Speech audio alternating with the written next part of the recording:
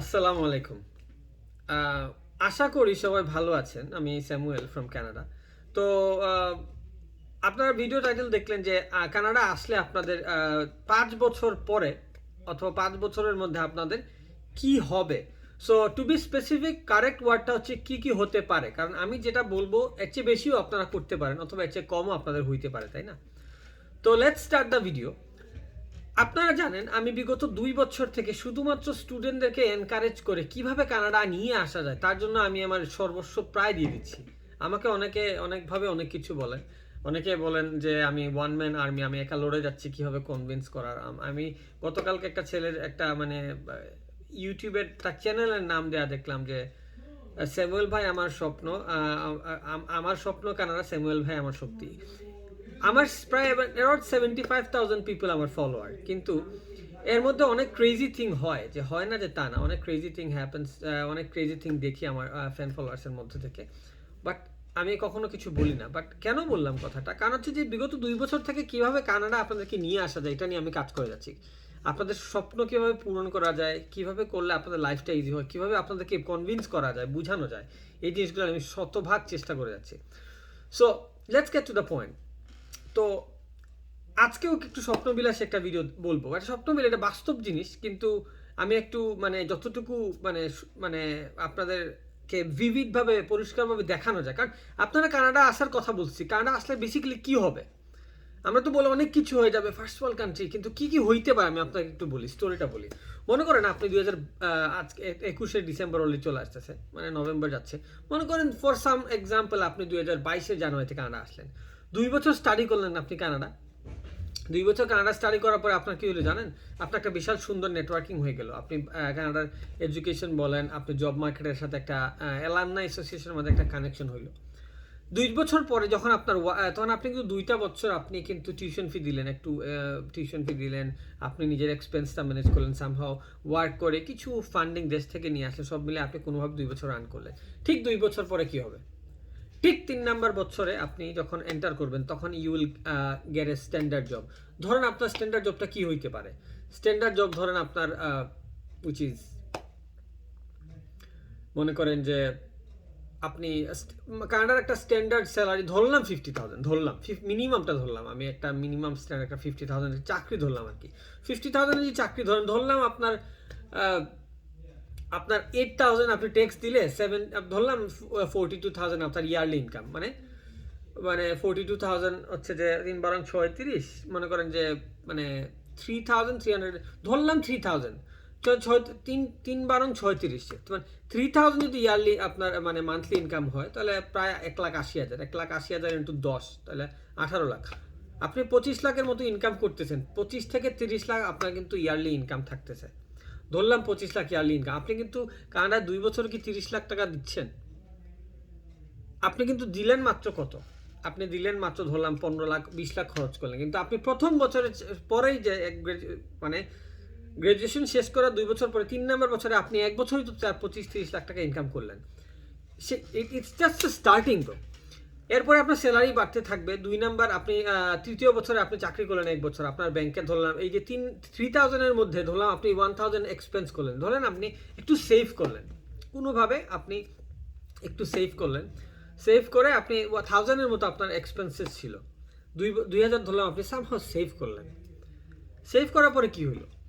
Save করার পর মনে করেন আপনি 1 বছর যদি সেভ করেন 2,000 করে, 12 দুগুণা 24,000 আপনার 24,000 লিকুইড অ্যাসেট কানাডায় থাকা কিন্তু বিশাল ব্যাপার স্যাপার।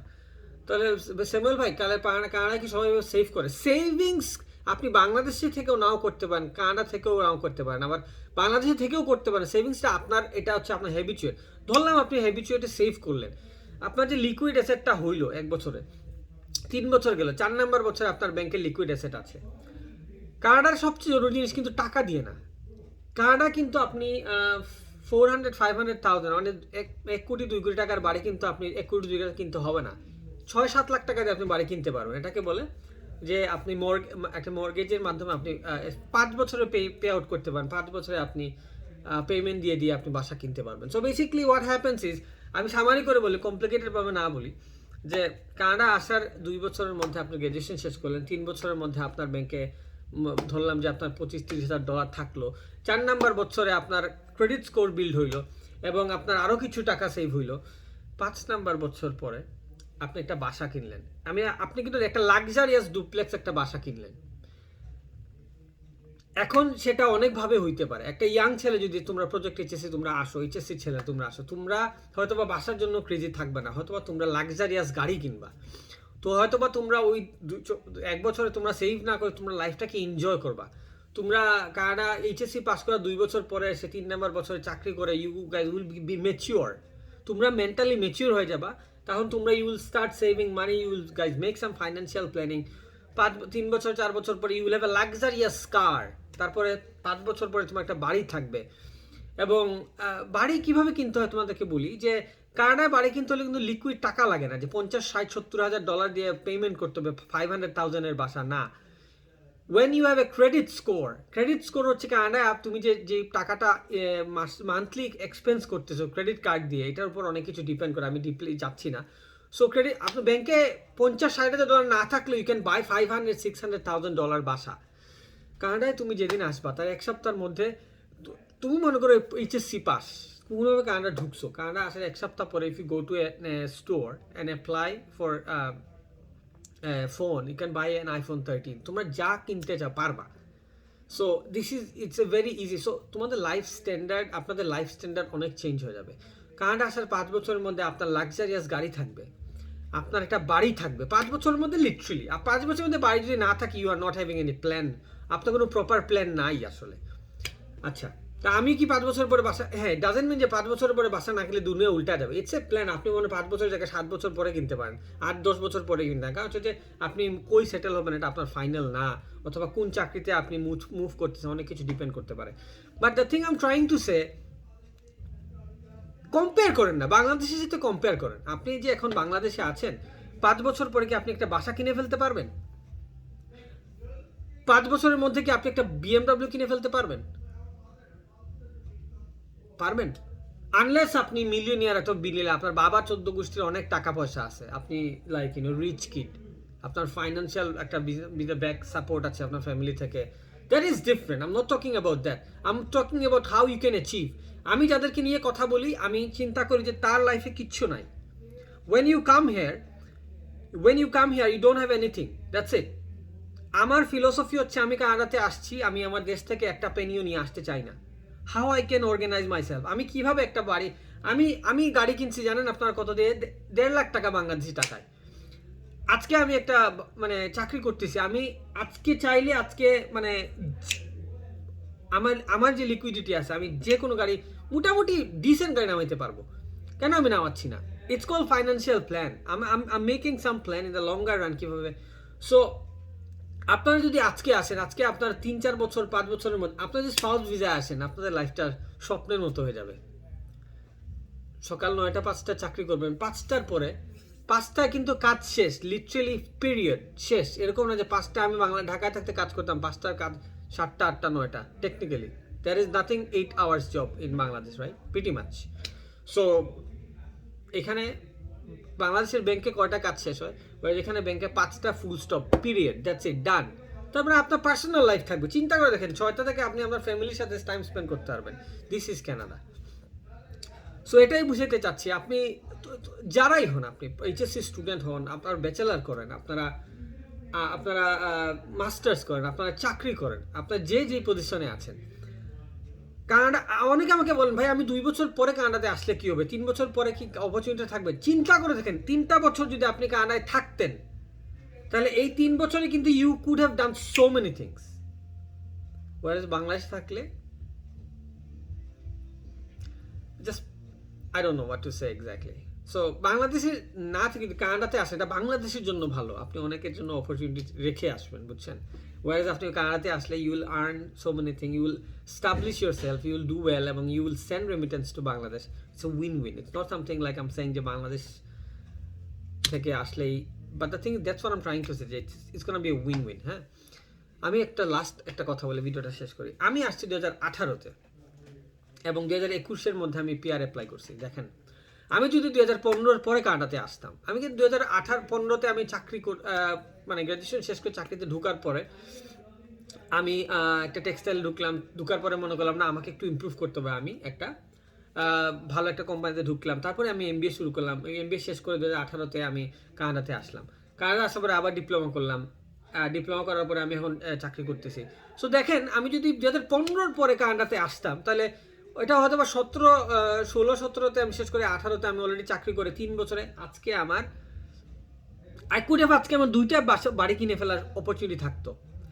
I could have make a lots of financial gain in Canada, lots of assets. আমার এতদিনে অনেক অ্যাসেট হয়ে যাওয়ার কথা। আলহামদুলিল্লাহ, what I have made so far, it's আমার জন্য অনেক কিছু আমি যা করছি।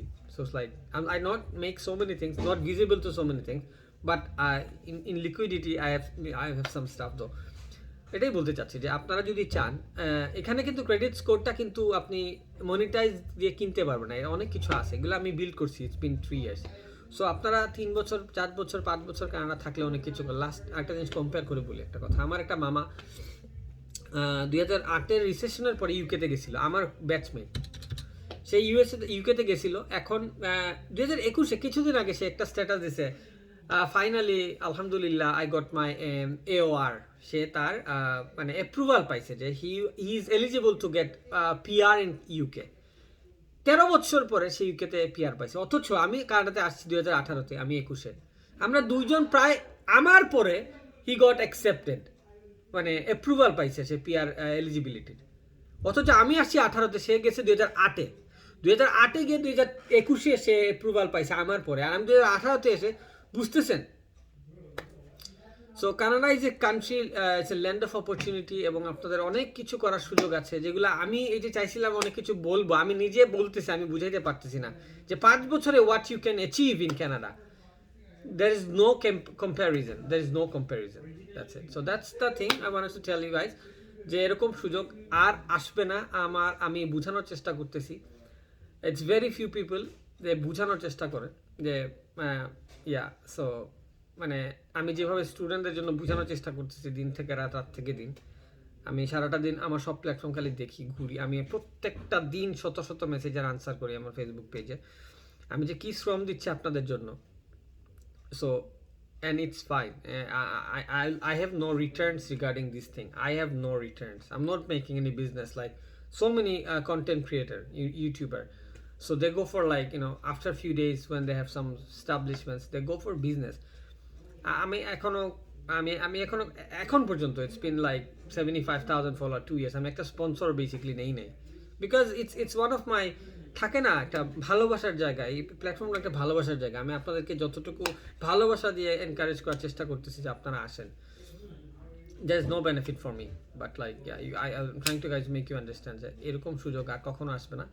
আপনাদের জীবন চেঞ্জ হয়ে যাবে, আপনার ফ্যামিলির জীবন চেঞ্জ হয়ে যাবে। বাংলাদেশের জন্য একটা সুবর্ণ সুযোগ, এবং কানাডাতেও আপনারা এসে একটা রিমার্ক ক্রিয়েট করবেন বাংলাদেশের জন্য। Anyway, that's all guys. If you guys have any question, please reach out to my Facebook page. আমার ফেসবুক গ্রুপ আছে, আমার ফেসবুক পার্সোনাল অ্যাকাউন্ট আছে, আমার ইনস্টাগ্রাম আছে। You can talk to me through only Facebook page. আমার সাথে কথা বলার একমাত্র ওয়ে হচ্ছে Facebook page, but you can follow me on everywhere. এবং ফেসবুক গ্রুপে আপনারা পোস্ট করলে অনেকে আপনাকে রিপ্লাই করবে। এই বলে আমি Samuel signing off from Canada. দেখা হবে নেক্সট কোনো ভিডিওতে অথবা কোনো লাইভে। আমাকে কোনো কোয়েশ্চেন থাকলে লাইভে আমার সাথে কথা বলবে। আমি Samuel signing off from Canada. আসসালামু আলাইকুম।